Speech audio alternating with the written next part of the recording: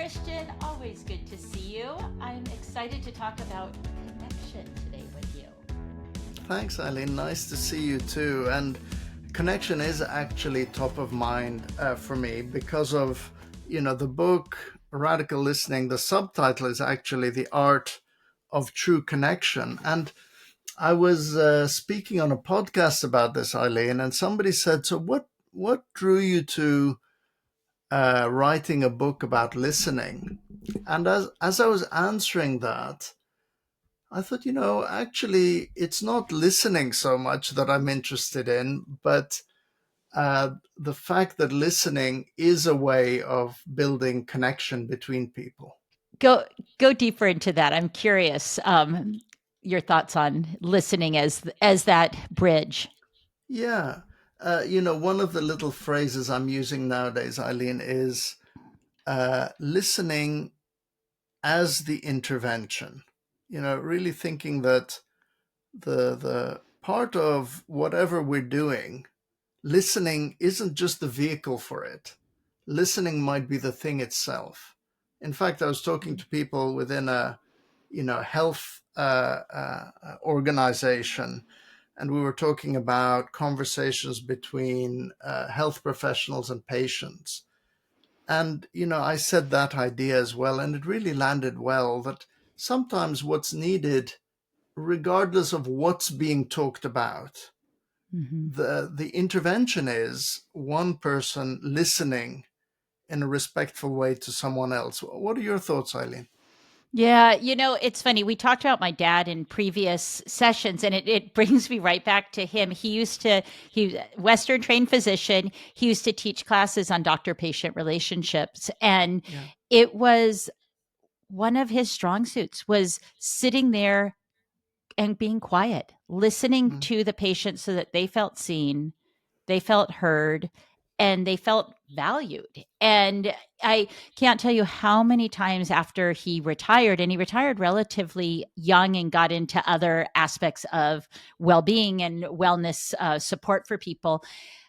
So many people kept coming up. We'd walk down the street. I grew up in a relatively small town, and it's like, oh, I wish you didn't retire because I've never felt so seen and heard and like a doctor Yeah. actually listened. And I Wow. think it whether it's in the medical profession and I feel so bad for doctors now because they are given this short window where you can really be present with a patient because they've got to get to the next room. And so how do we, whether you're a physician, whether you're a executive and you are being pulled in so many directions, how do we, even in a short amount of time, allow people to feel heard and seen and listened to? Yeah. Any thoughts on that? Well, I think this is something that would be fun for us to explore. We're both coaches, and I think what's good about executive coaching is that really it's a it's a profession that's all about listening. So that's something we need to be able to do well. And again, I think we're listening for many reasons when we're coaches. To gather information, to pick up people's emotions, to try and get a sense of how to manage the conversation.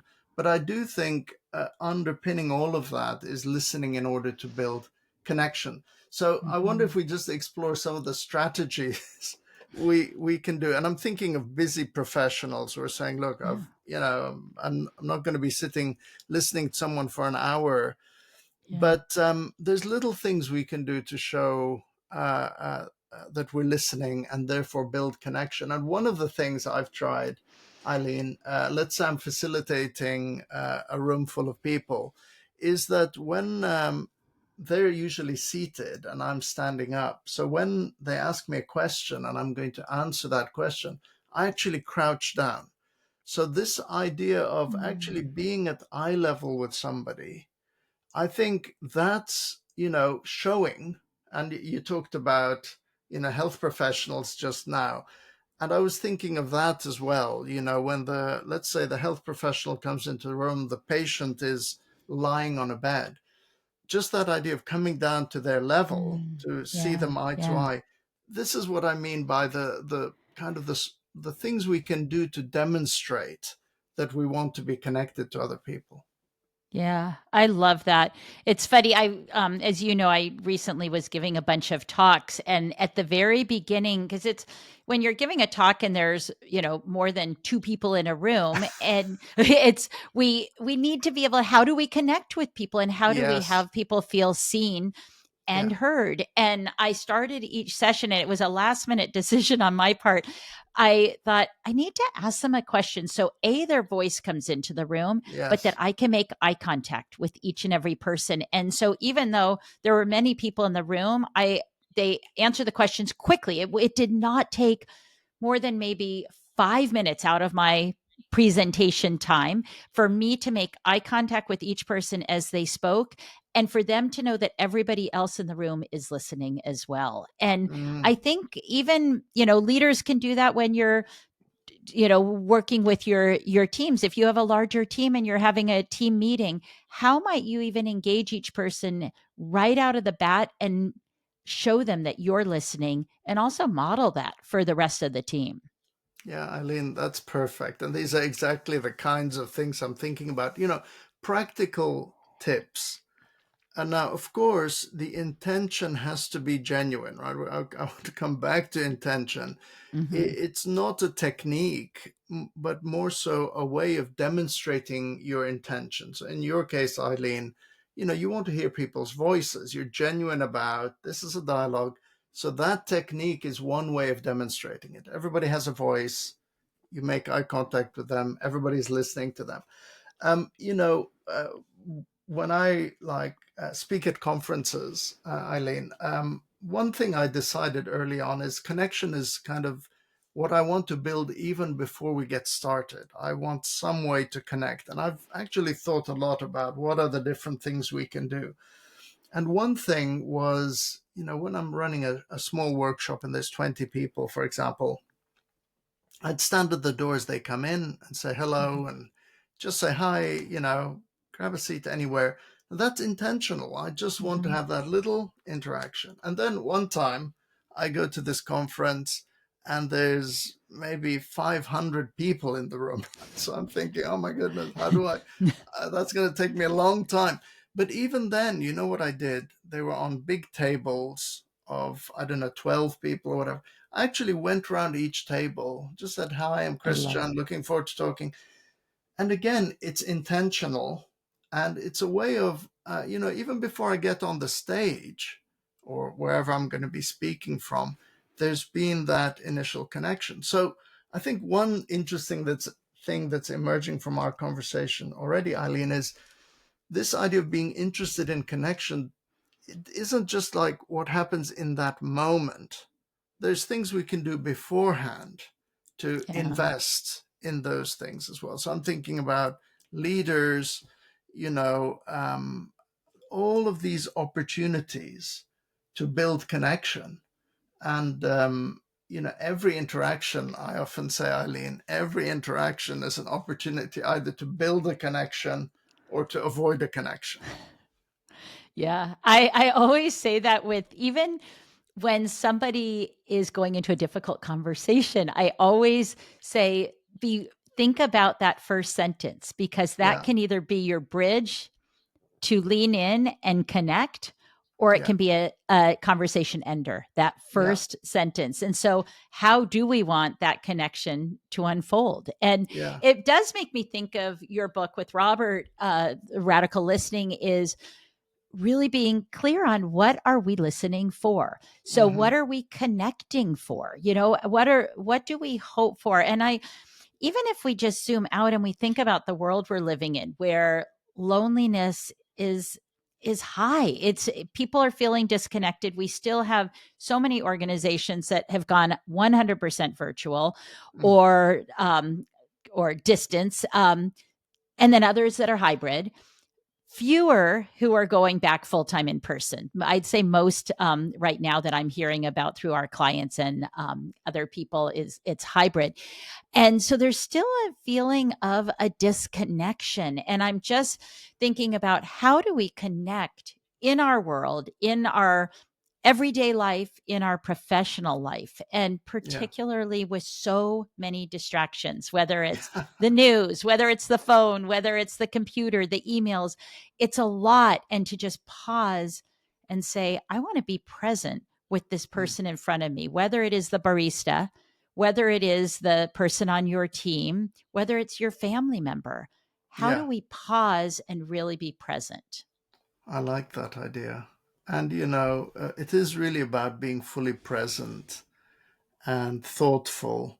And I do like the barista example. And sometimes we can catch the barista off guard, right? If we're genuinely saying, "Hey, how's your day been?" rather than Yeah, just yeah. saying it as a slight interaction. And I do make a point, Eileen, of with the barista complimenting the coffee that they give me. They do those little lovely designs in them, Oh, don't they? it's And such an art. I will say something like, "Oh, it's such a shame to cover this. It's so beautiful." And that is my intention. My intention is just to make that mini connection because there's no longer term kind of investment going on there, Yeah, really. But I think one interesting thing about connection, as we're talking, is that it's beneficial for both parties, I think. Because if you think about that interaction, remember I said every interaction you can either avoid or build a yeah. connection. So with the barista example, it's very easy to avoid it. When they say, "What's your name?" you kind of roll your eyes. Yeah, it's Chris. And then when they call it out, "Thanks," and you're gone. That's intentionally, I don't want any connection. And you can even put it in an app, can't you? Say what coffee you want, just grab it and go. Right. Or you can do something that's, and I think there's something about appropriateness here because that kind of, because there could be a queue behind us, right, Eileen? Right. So Sure. it's not opening up a massive conversation, but I just want to highlight that connection can happen in those micro moments of just a nice Exactly. little thing, a nod, a smile. They're all ways I think we're designed to connect with one another. So just Right. reflecting on what are all the different things I can do to connect. And it's so easy to experiment with these things. Sometimes they're going to go wrong, and that's okay, I think. Yeah. No, and I love what you're saying. And I would almost push back a little on the long-term investment. I think many people go to the same place Yeah, day in and day out. yeah, And I think about it, if you are interacting with someone, so whether it is, your coffee person, whether you are bringing stuff to a place to ship out every single day, you're shipping packages, whatever you are oh yeah, yeah, doing, you're interacting with the same person day in and day out that's out of your personal life. yeah, I challenge us to get to know their name, even just yeah. knowing somebody's name who you Mm. see every day. Obviously, you don't need to know every barista when you're going to all different coffee places. We're just using that as the example, the barista, but the barista is kind of an example for our Yeah, larger world of people who we interact with. But if you are going to the same coffee place day in and day out, and people know, okay, Chris is walking in, this is his favorite coffee, oh yeah, to take a oh. minute to know who are the people behind the counter that I see every single day who Mm. set my day up in a really beautiful way by making this beautiful coffee with a gorgeous design. Yeah, And they fuel me with caffeine, they fuel me with, a smile, whatever it is. How can I let that person know I value you, I see mm. you, I care to know what your name is? Yeah, yeah. How wonderful that is. I love that idea. And by the way, I was a barista before it was cool to call people baristas. This was like, honestly, 35 years ago, maybe. But I used to work in a coffee shop in Germany, and I was the one making the coffees. And yeah, I do think it's a two-way thing because the customers, well, when they come in, they do appreciate it if Yeah. you know what their drink is or something, or they do remember your name. I Totally. think the reason I was thinking about there's no investment, kind of to carry on our exploration of this, Eileen, is I wanted to try to make sure there's no agenda. I think the one of the ideas here is Yeah. I'm not trying to, I just want this to be a positive connection. It's not like, the person who at reception or whatever at work. It's not I'm being nice because I want them to be more helpful or anything like that. So I think that's what I Yes. was talking I about. But see. I Yeah. agree, though. I definitely agree that if we're seeing the same person all the time, showing interest in them, uh, uh, Yes. I think that's such a powerful way of connecting. That's the perfect example of connecting. And I do love the idea that it can, this phrase mutually humanizing that I love. I think it's Mm, Paulo Freire who used the term mutually humanizing.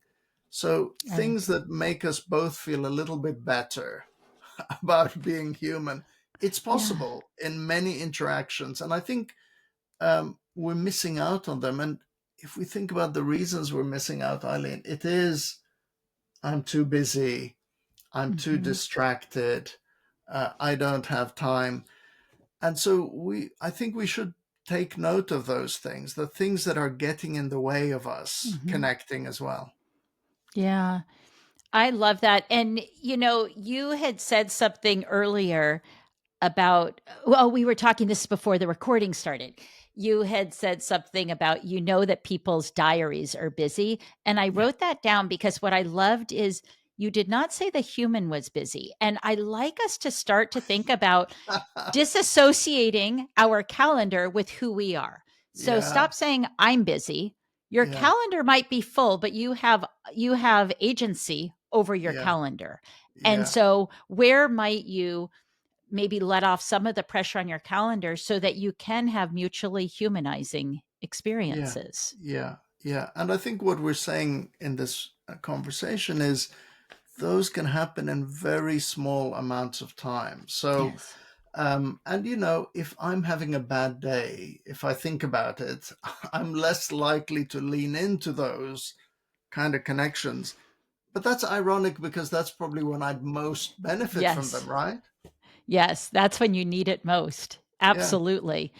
Well, one other example of just how quickly we can do something. I had the privilege of getting to spend a little bit of time with John Hellawell, who's one of the Oh, authors of yeah. the World Happiness Report. Yes, yes. And he had come to speak to our class in the positive psychology program. And one of my friends and I walked him back to his hotel that night. And I said, "Okay, John, you've been studying happiness, and he's an economist from a view from a different lens for years and years. What is your one takeaway that you think is Oh, the easiest, most obvious thing that we can do mm, to boost connection and ultimately, raise the level of happiness in this world?" And he said, when you're in an elevator, don't look at your phone. Just say hello to somebody and look them in the oh, eye. oh, Okay, wow. that you're trapped in an elevator anyway. You can't do anything else, right? So you're not wasting time, but to actually look at the person when you walk in, say hello. You don't even have Yeah, to have a big conversation, but just so that the other people in the elevator yeah, feel seen. yeah, yeah. How wonderful that is. Yeah, and this is from one of the world's literally the person who knows more about happiness than maybe anybody Yeah, else. And for them to exactly. say, I think it is this idea of those micro moments. Those are important. Those little Hmm. interactions can be really significant for you and for others.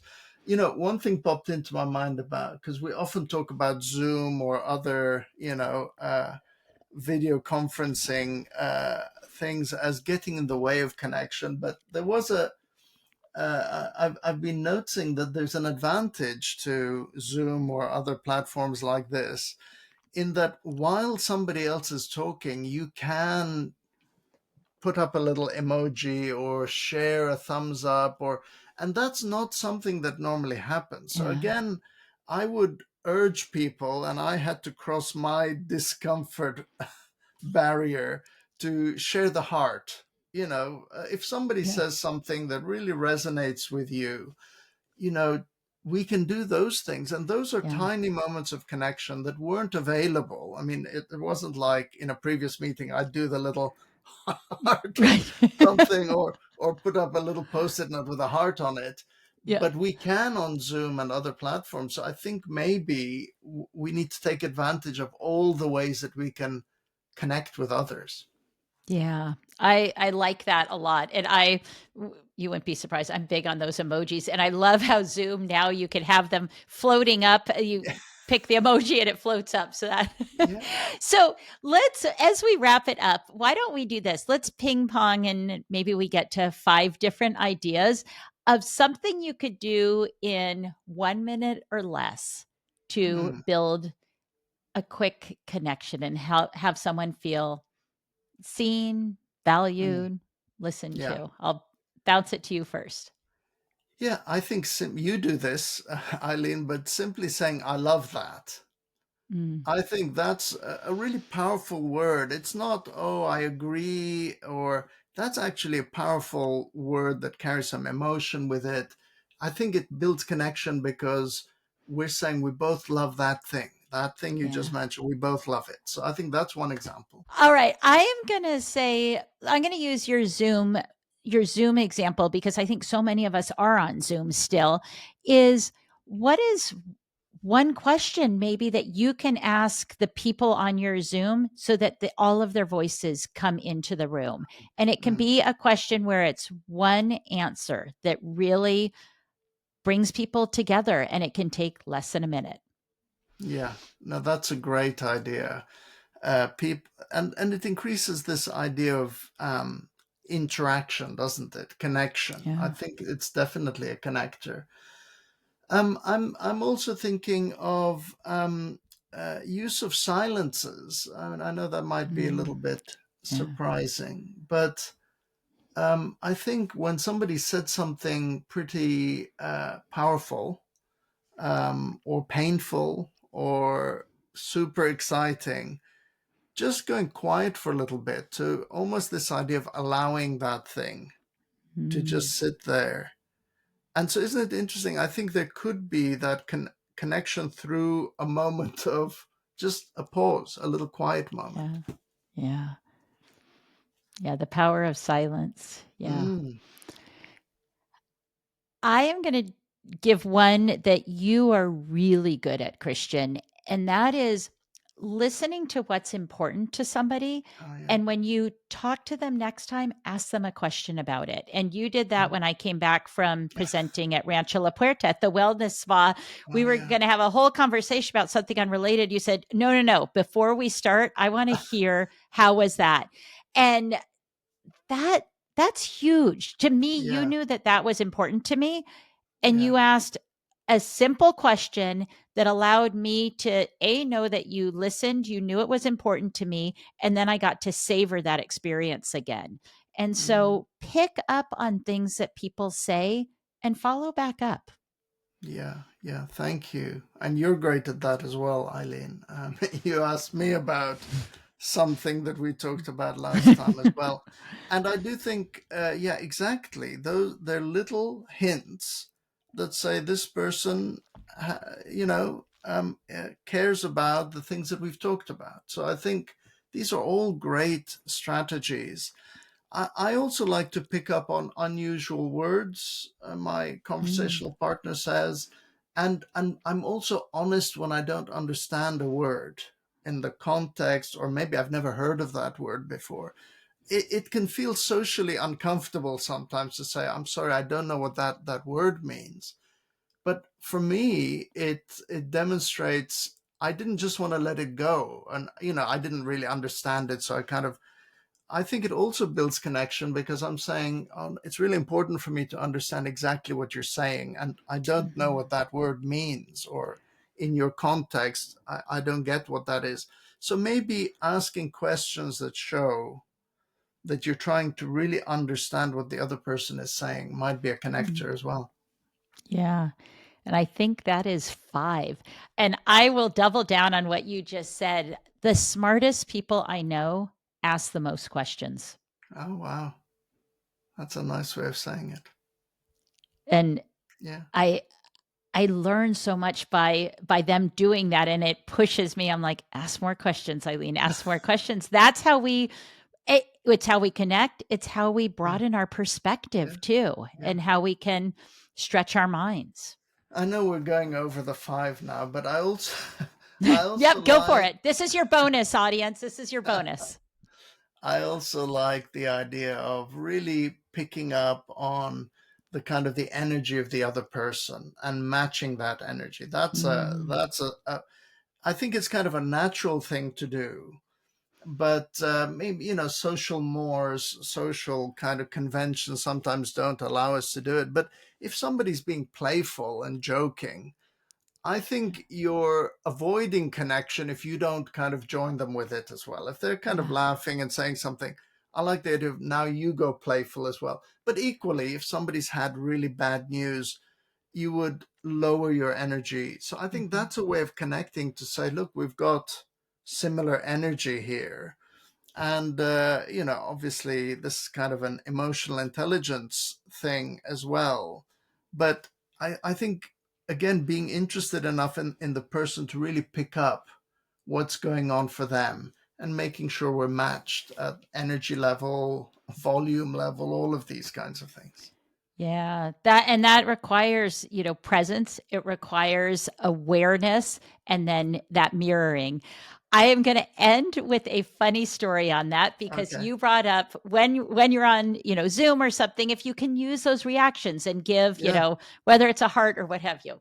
So I was on a conversation with someone that was sharing something really tough. It was they were going through a really tough challenge and it was just the two of us, so it wasn't appropriate for me to have any kind of popping up different reactions on the screen, but I was just present and listening, and I must have moved my hand in a certain way, and all of a sudden balloons start coming down from my Oh, screen because it was the most inappropriate oh my response to this poor person. And I so be careful, people. This is your God. warning. Yeah, Be careful, because sometimes those reactions can really miss the mark, and particularly when you don't intend to have them. something that we didn't mention before was authenticity and genuineness. And that's definitely a way of connecting with someone. If you can just be really who you are in a moment, I think that's really a big invitation for others to connect with you.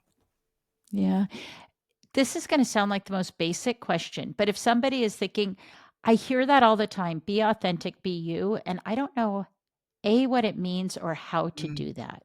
yeah, it's a beautiful question. And the reason it's difficult sometimes for us to know what that is all of the defenses that I think we build up, Eileen.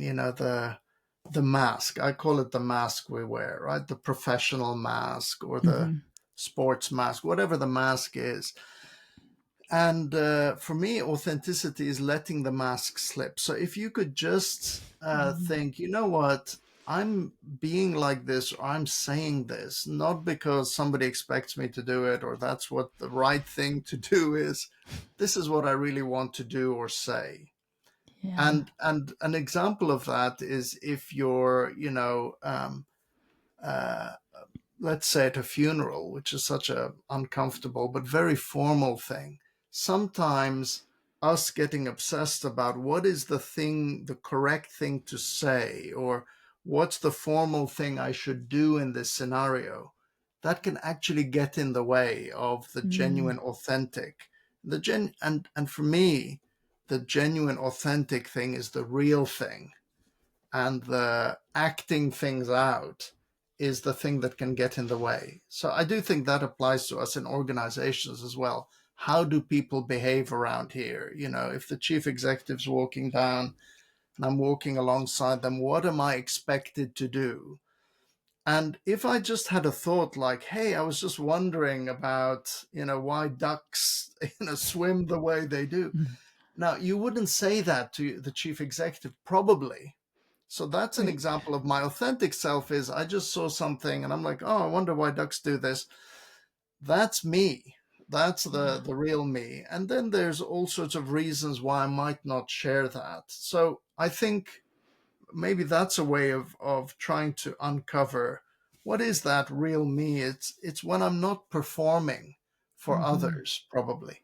I don't know. What do you think? Yeah. I love that, and I love when you let the mask slip. I That is so beautiful, and it made me think of the question, what would you do differently if you let the mask slip? Oh, yes. And I think that's really a beautiful question to think about. And sometimes, certainly we need emotion regulation in life. At the same time, I think when we are buttoned up all the time, it creates Mm, distance, and it does. it creates a moat between you and other people. And when Yeah. we are able to let go of that, and I have in the presentation, one of the talks that I gave in that series, one was specifically on connection.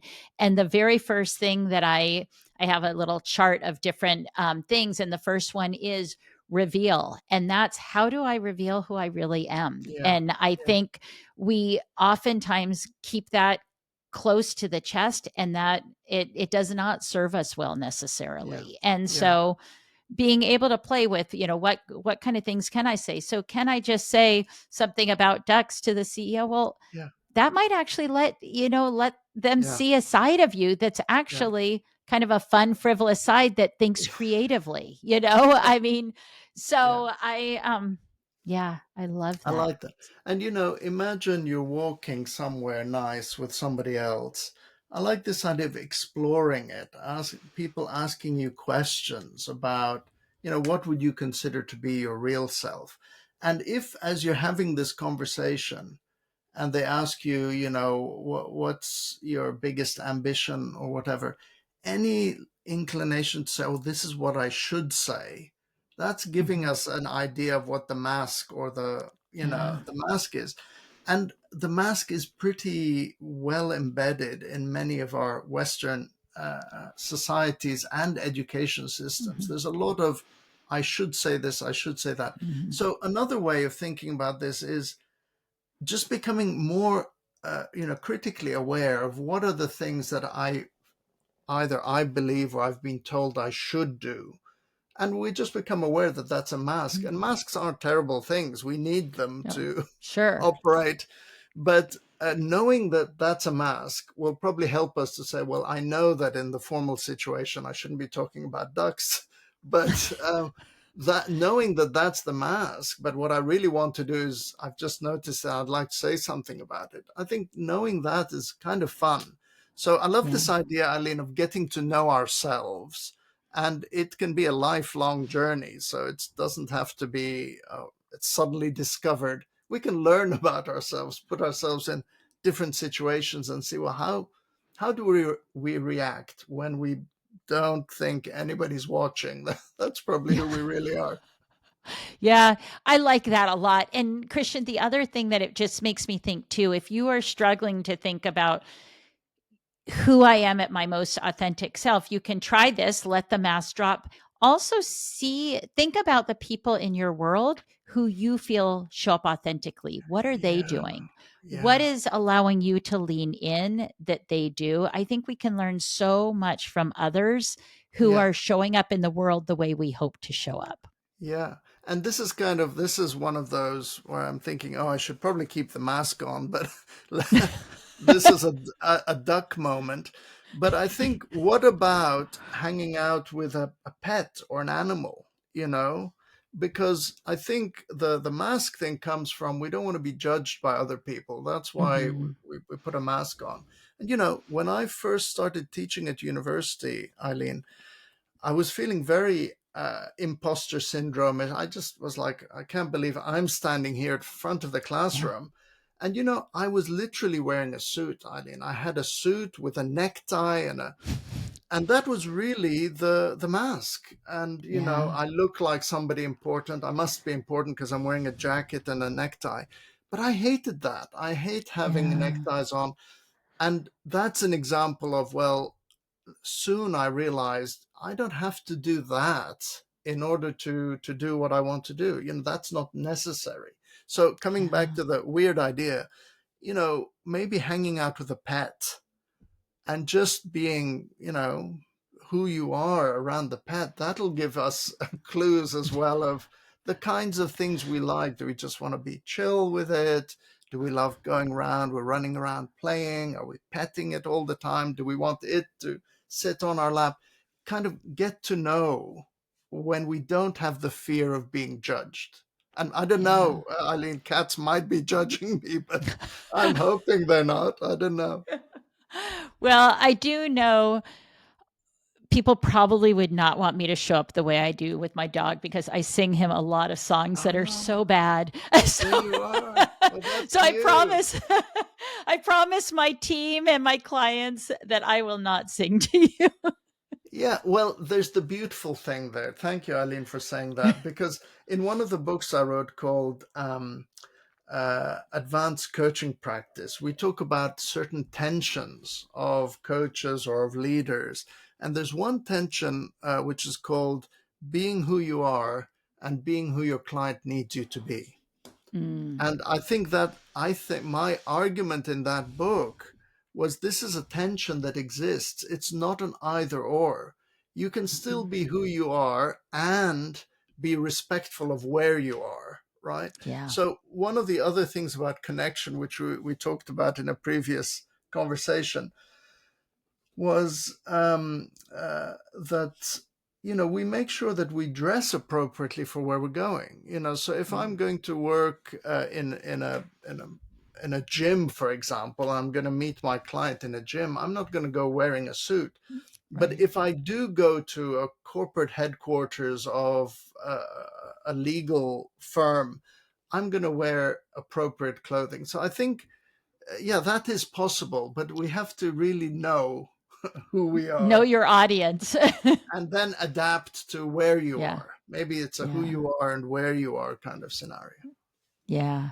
I like that. And I'll just double down on your be who you are and who your client needs you to be. Yeah, how wonderful that is. Not either Yeah. or. Because Yeah. I don't think what either of us saying, Eileen, is, you know, us saying, well, this is who I am, deal with it. That's not our Right. attitude at all. This No, is no. authentic me. But I do think I'm more comfortable, I'm more authentic and genuine when I'm allowed to be who I really am.